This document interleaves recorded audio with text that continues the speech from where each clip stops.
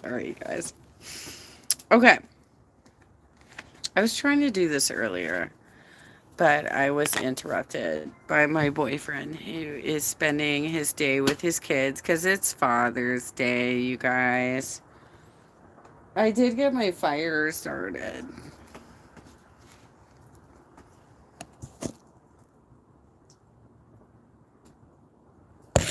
So my fire started. Okay. Mm-mm, mm-mm, mm. Let me try this again.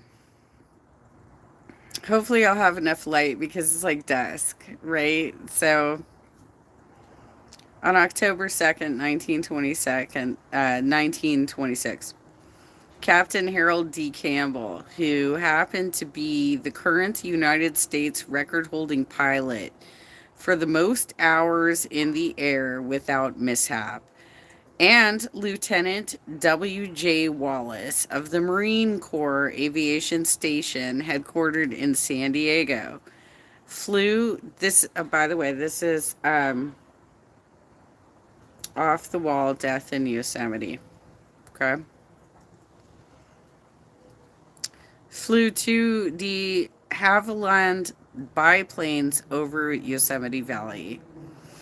This was not the first human flight over the park, but it would be the first in which someone exited from a perfectly good airplane to take his chances with the mere gossamer canopy of silk. The two pilots circled and took photos. Next, they hosted the Yosemite First. Sergeant A.P. Atherton leaped from Campbell's ship from 3,000 feet up and parachuted down between the granite walls to the valley floor. As I mentioned the first time I was talking about this, um, because the granite walls are, they're like 2,000 feet up mostly, except for like at Half Dome, it's like 4,000 feet up.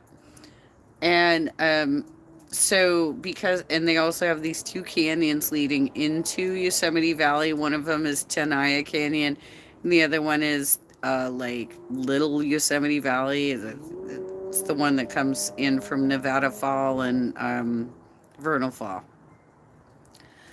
Uh, Basically, they get these really high winds, and so that's one of the reasons they don't allow this sort of activity to happen in Yosemite, is that it is incredibly fucking dangerous because of the amount of wind.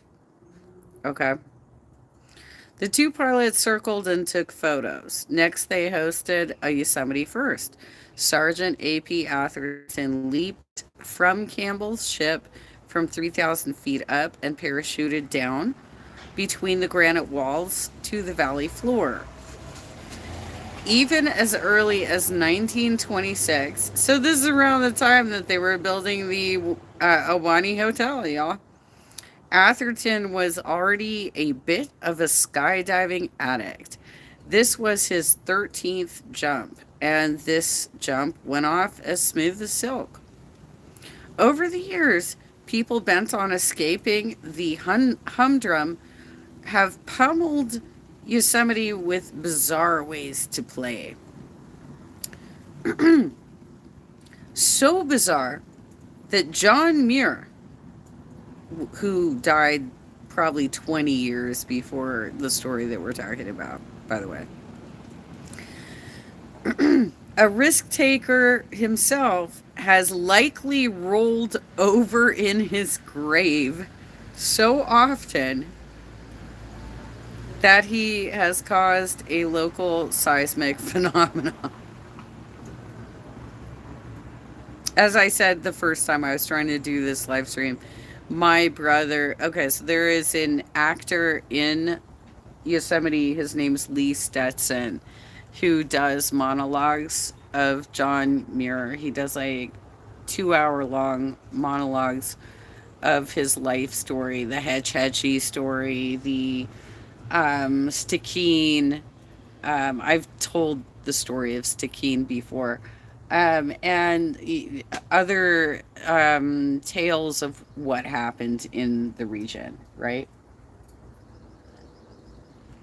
Stikine was actually in Alaska, but that story is better for kids.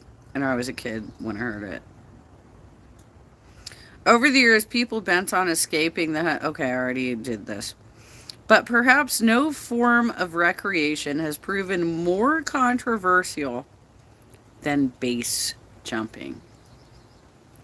So, this is what the acronym is: parachuting from building, antenna, span, or earth. Base. Okay, that's what it is. In the case of Yosemite, we specifically are interested in earth, or to be more precise, cliffs, because these are the largest rock formations in the world, right? What's going on with my fire? I think I might have to flip my logs. Perhaps not surprisingly, the first recorded base jump in any national park area occurred off Yosemite's El Capitan. That's how it's pronounced, bitch. El Capitan. Can't even with some of these fucking live streamers, you guys. It took place on July 24th, 1966. Who did it? Brian Lee Schubert and Michael Pelkey, both 26 years old and from Barstow, California. At about 5 p.m., both experienced skydivers leaped off the big rock. So that's basically what it is. It's like, it's not like you're jumping out of a plane. You're running off of something very tall and then releasing your parachute. That's what base jumping is.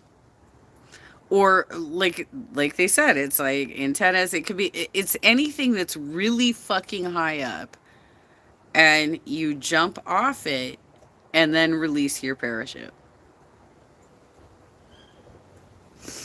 Pelkey. Wait, I skipped a sentence. At about 5 p.m., both experienced skydivers leaped off the big rock, each to earn a near brush with death. Pelkey sustained a broken ankle and abrasions. A motorist found him limping alongside the road. When rangers responded to the motorist's report, which, by the way, they're all one-way roads, so he would have had to fucking circle.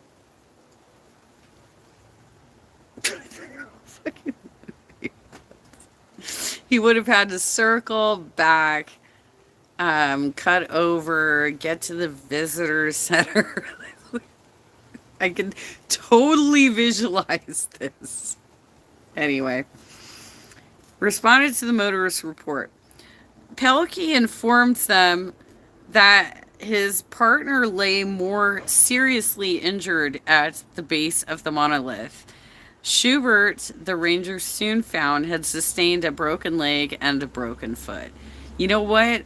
You are lucky as fuck that that's all that happened to you. I can't even. Because I know what story is coming up in this book. For many years, perhaps, the most remembered base jumper in Yosemite history was Rick Sylvester. After clandestinely building a small ski jump of packed snow at the edge of El Capitan on January 31st, 1972. This accomplished Yosemite climber and skier sailed off. Wait a minute. He went to the base of it and tried to like put together like a fucking snowpack.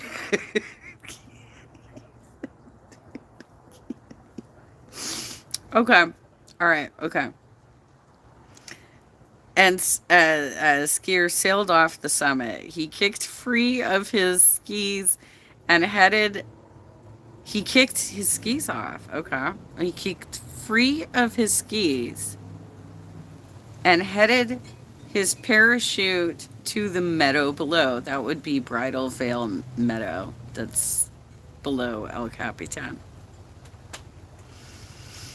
He made an unplanned but relatively safe landing in a tree. Okay. He landed in a tree. Not a problem. On this Sylvester's first try, however, his camera had given him trouble. So he stole a second jump to get that footage. 5 years later, he duplicated his feat by skiing off a cliff in Canada. Okay, so now we're in a different location. While doubling as 007, James Bond, in The Spy Who Loved Me. I don't know if I've seen that one, you guys. Since 1966, at least 13 other national park areas have hosted base jumping. The sport gained enough momentum in the 1970s to pose environmental and safety problems in Yosemite. Indeed, more than this, base jumping highlighted a fundamental question of values influencing how Yosemite should be managed as a national park. It's getting dark, you guys. Despite these uneasy dimensions of base jumping, the park granted a trial period 3 months long, August 1st through August 31st, 1980, during which jumping was legal. As it had done with hang gliding, which I think might be a little bit safer, but I'm not sure. The park required base jumping to obtain a permit, one of a dozen issued per day. Oh, well, that's a lot, quite frankly. And only for El Capitan. The intent here was to have the parachuting community itself somehow self regulate who was capable of or qualified to make such jumps safely. Anyone violating the park strictures would be prosecuted under Air Delivery 36 CFR 2.36 and under the Endangered Species Act 16 USC 1531 due to seasonal nesting by peregrine falcons on the cliffs. They'll find their reasons. They're not going to fucking touch the cliffs. They're jumping off El Capitan and landing in the meadow. But anyway, it's a very, very dangerous sport. So if you want to like make up reasons for why they shouldn't do it, I'm down with you. The experiment did not go well. The park discontinued it after only 68 days due to frequent injuries, resource damage, illegal jumps, and spectator management problems experienced during the trial period. The final straw that may have broken the camel's back was the day when Farabee, okay, detained a dozen or more would-be parachutists standing jammed like cattle in the bed of a big steak truck as it detoured off the Tioga Road to creep past a barrier and onto an officially closed road en route toward the top of El Capitan.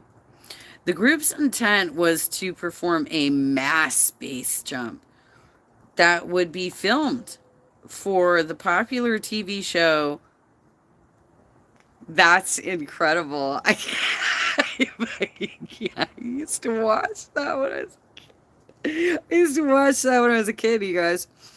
That's incredible. Oh my god, even. I loved that show when I was a kid. Oh my god, that's so funny. Okay. The only the driver of the truck was culpable because the parachutists had not yet made any base jumps, but this single citation bogged down this project to such a standstill that it fizzled out altogether. In the bigger picture, some base jumpers during this trial period ended up injured. These included broken pelvises and snapped femurs, serious damage, not mere scrapes. Indeed, on the very first day on which the park had okayed trial base jumping, a female nurse and parachuting enthusiast had humped her rig along the trail to the top of El Capitan. Immediately after she flung herself off the huge cliff into thin air and pulled her release cord, her chute tangled. With her canopy poorly deployed, she found herself unable to control her descent. She slammed into the monster granite face, speeding downward and unable to complete control. Oh, I'm sorry. Speeding downward and unable to gain complete control, she whammed against the cliff again several times and seemed amazing that when she hit the ground, she was still alive. Oh my God, she lived it. All right.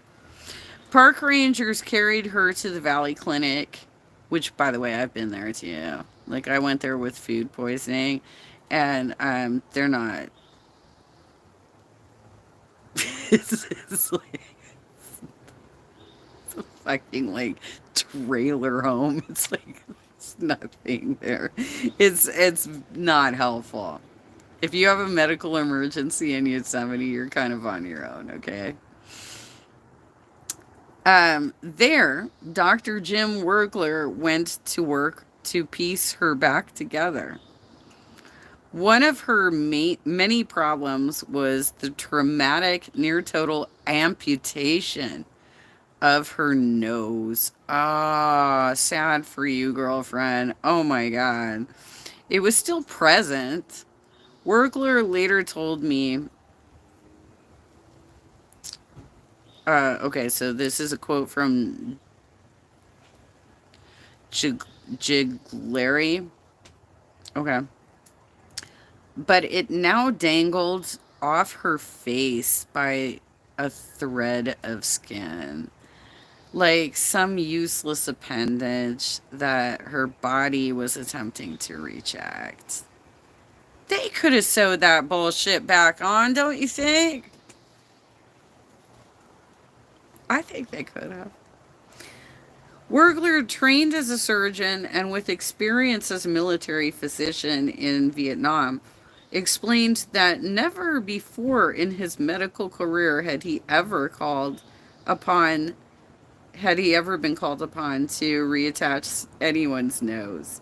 And now, as he racked his memory from medical school and from journals he had read in an attempt to do a functionally and cosmetically good job on this poor woman's face, he felt repeatedly struck by the irony of her garb.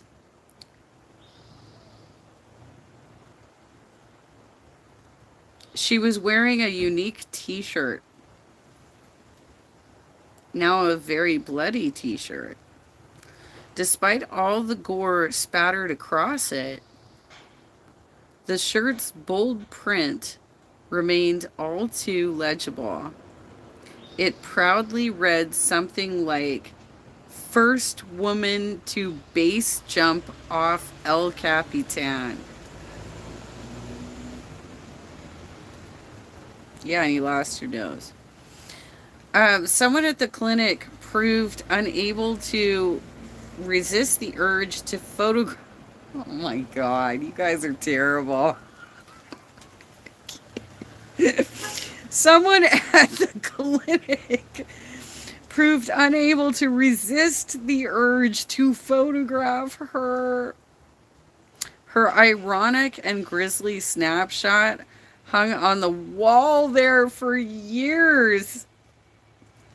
The mayhem the park experienced from base jumping during and after that trial, noted Chief Ranger Steve Shackleton, posed an important question. Should Yosemite National Park be managed as an anything goes circus with a large force of rangers to pick up the pieces, or does its image demand placing limits on activities that notably detract from wilderness values? The park opted for the latter. Although Yosemite experienced no fatalities from jumpers during that trial period, a half dozen have since occurred among those parachuting illegally. In addition to these deaths, more than a dozen other jumpers have been seriously injured. Interestingly, compare this with the sport of hang gliding. Not only has sailing off a cliff with a kite remained legal and permissible since 1974, though descents are regulated to early mornings and with a permit. The sport has been blessed for decades by a notably non fatal and almost injury free history. In 1974, for example, 170 flights went off Glacier Point without serious glitch. Again, unfortunately, the same cannot be said for base jumping in Yosemite. James Dale Tyler, a 35-year-old from La Puente, California, was a professional movie and TV stunt parachutist. He had already made more than 1,000 jumps. Some of these were performed for television programs such as Daredevils, That's Incredible, and To Tell the Truth. One of his trademark stunts was the seemingly chute-less dive that he had personally innovated by creating a concealed rig whose design he guarded very closely as a trade secret. Another of his highly paid stunts was a scenario in which two skydivers, one seemingly without a chute, fall into a void from two separate aircraft, rendezvous midair, and then descend under one canopy. This later trick might have come in handy for its innovator on August 4th, 1982.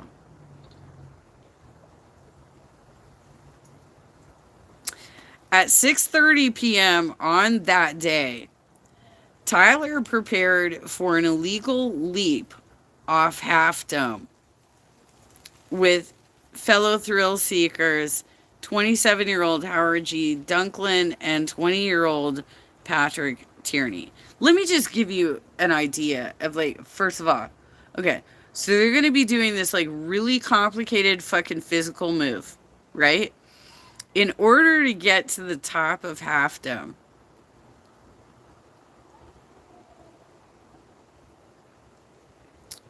it's at least like a 6 to 8 hour hike. Easy. You have to hike a strenuous goddamn hike. Well, okay. Let's assume they went up there and spent the night in Little Yosemite Valley first, right?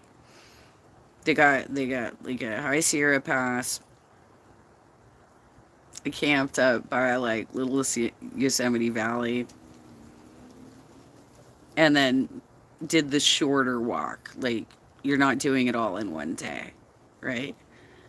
You still have to.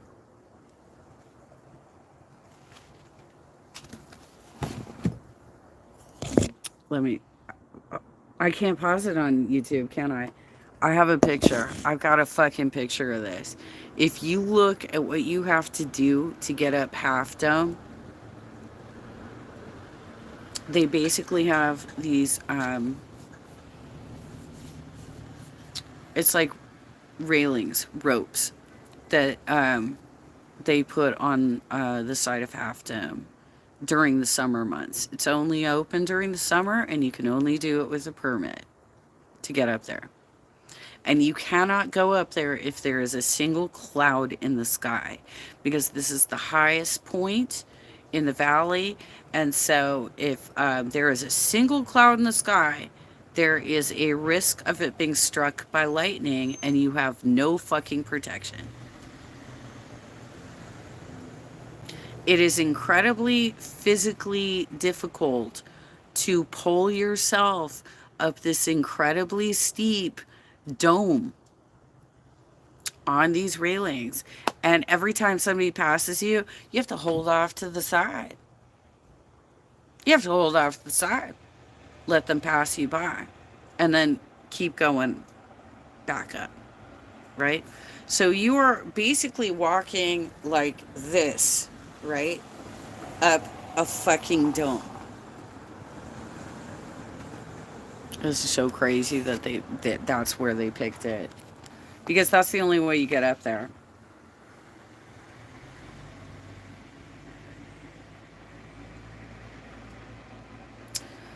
One of this is having such a hard time with the story, you guys. Okay. At 6:30 p.m. on that day, Tyler prepared for an illegal leap off Half Dome with fellow thrill seekers, 27-year-old Howard G. Duncan and 20-year-old Patrick Tierney. Because of the late hour, yeah, seriously, it's fucking late to be up there. The trio, where are you going to land? Where do you think you're going to land? You can't land in Mirror Lake, for fuck's sake. Because of the late hour, the trio had already attracted a small crowd of climbers and hikers atop Half Dome. One of the three asked one among these to shoot pictures of the divers using their camera. Tyler asked another guy if he would carry down a small amount of Tyler's trash. Okay. Yeah, right, Lake. Carry it out. Be responsible hikers, you guys. Let me flip my log. Give me a second.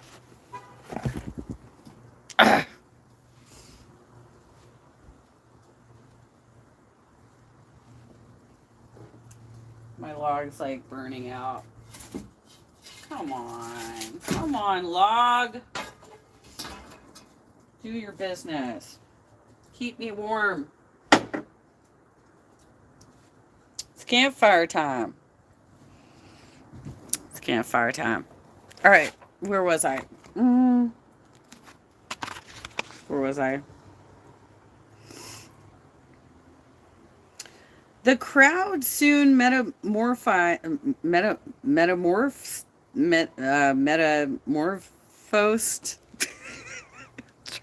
Doing my best, you guys. Into an audience who, according to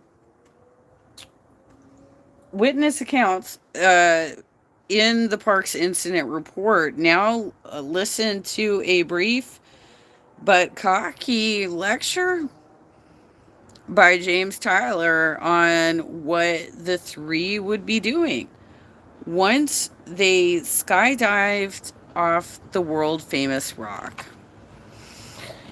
It went something like, "We will dive into a short free fall, 3 or 4 seconds, because prevailing wind conditions won't allow us to make the 7 or 8 second jump otherwise possible from half dome.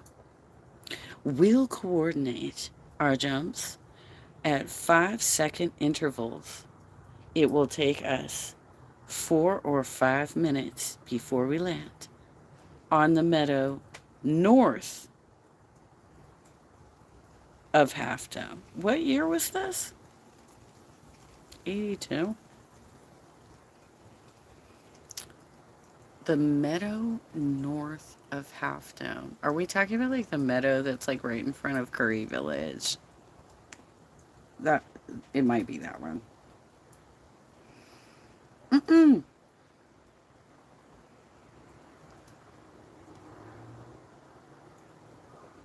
Tyler, witnesses would later report, next asked the crowd to please not say anything to others about this triad of jumps because parachuting was illegal in Yosemite and he did not want to spoil the opportunity here in the future for other clandestine jumpers. As Dunklin and Tierney stood alongside Tyler during his plea for silence, witnesses were certain these two had heard his illegal disclaimer.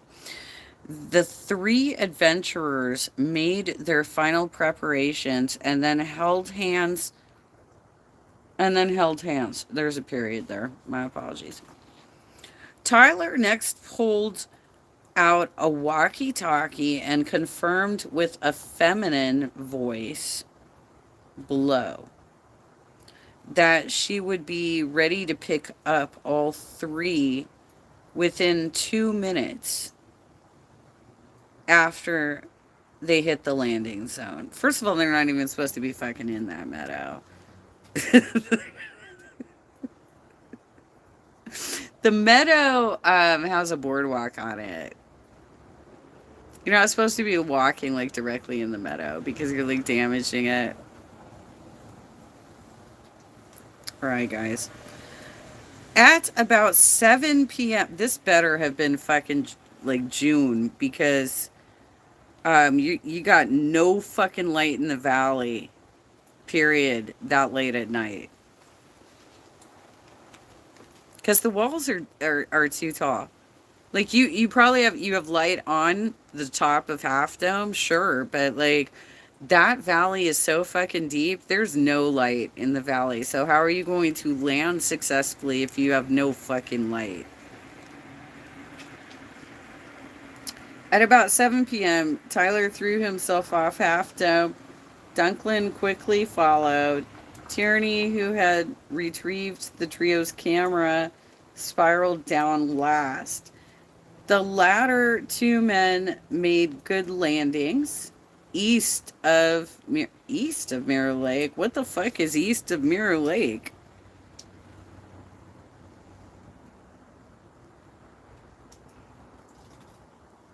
What the fuck is east of Mirror Lake? All right. And by the way, she couldn't have driven up there unless she had a handicap placard. And the closest she could have gotten was the handicap parking at Mirror. I can't even. Witnesses atop Half Dome said that Dunklin very quickly collected his gear and then hurried off the meadow and out of sight. Tierney, they reported, popped his chute after a very short free fall. But when he landed, witnesses below said instead of hurrying off the sward as Dunklin had done, he immediately looked back and up toward the cliff face as if searching for or staring at something that he had passed during his descent. Was that something Tyler? Unlike his two younger companions, Tyler had fallen about a tenth of the vertical distance from the summit of the valley floor. And as witnessed by climber Kevin Phillips at the base of Half Dome, because yeah, people fucking rock climb Half Dome all the time, you guys. Then had deployed his yellow and orange chute. Bizarrely, his canopy almost immediately cartwheeled vertically, spiraling, possibly due to the wind. This out of control descent slammed Tyler into the granite wall, where his rig continued to malfunction. He bounced repeatedly into the cliff, with his canopy still deployed. The crux came about 600 feet up from the cliff base. Here, his chute caught on a ledge and immediately folded up. Tyler now plummeted into the talus at high speed. Phillips and his climbing partner scrambled to Tyler's position within a minute. These two first responders found him doubled over a rock and face down. He was coughing up blood, but he still exhibited a strong pulse. The partner quickly scrambled back down over the rough terrain. It was now about 7:30 p.m. to seek help. After dark, he returned with two more climbers, the closest other humans being available. An NPS trail crew also happened to be nearby. They too climbed up over the talus and arrived at about 9:45 p.m. Trail crew foreman Tim Ludington joined them a few minutes later. He now gently turned Tyler over so he was face up. The seriously injured jumper made weak, wet breathing sounds. Phillips and Ludington worked together to perform CPR. The pair compressed his chest and blew into his mouth for the next hour. Rangers Bob Elliott and Sue Smith arrived. The expanded rescue team continued CPR for another 19 minutes. Supervisory Ranger Butch Wilson arrived after midnight.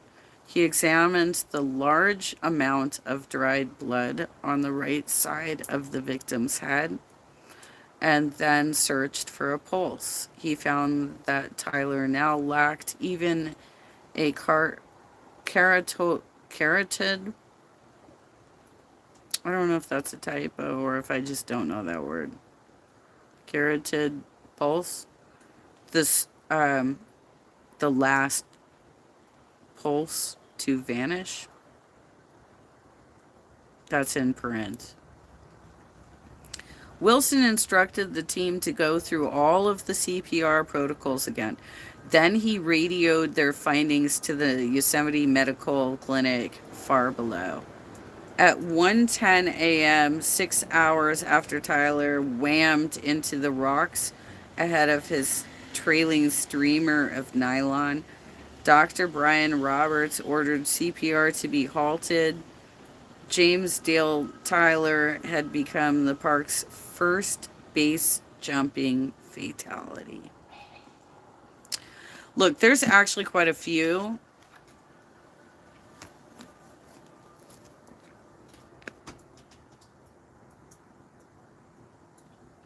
There's quite a few in this book. One of them is there were, I think it was 4 or 5 base jumpers that were trying to do an act of civil disobedience to try and get base jumping legal in Yosemite. And one of those base jumpers had decided they coordinated with the rangers and with the local police, and told them in advance, we're going to do this act of civil disobedience to do a demonstration to show that this is safe, right? One of I think it was like four or five of them. I just don't want to look it up right now. She knew that her equipment would be there. They all knew they were going to get arrested, and their equipment was going to get confiscated when they landed in Bridal Veil Meadow. So she borrowed somebody else's equipment because she didn't want her great equipment to be confiscated from her. She wasn't as familiar with how that equipment worked. And so when she base jumped from El Capitan, she did not actually get her chute up. And apparently her impact on the ground was so explosive that it actually like registered on the Richter scale. That's how fucking tall it is. There's lots of actual real stories in like for you true crime fans. There are real stories. You don't have to believe these dumbass bitches that are trying to tell you about Sasquatches. There are real goddamn stories.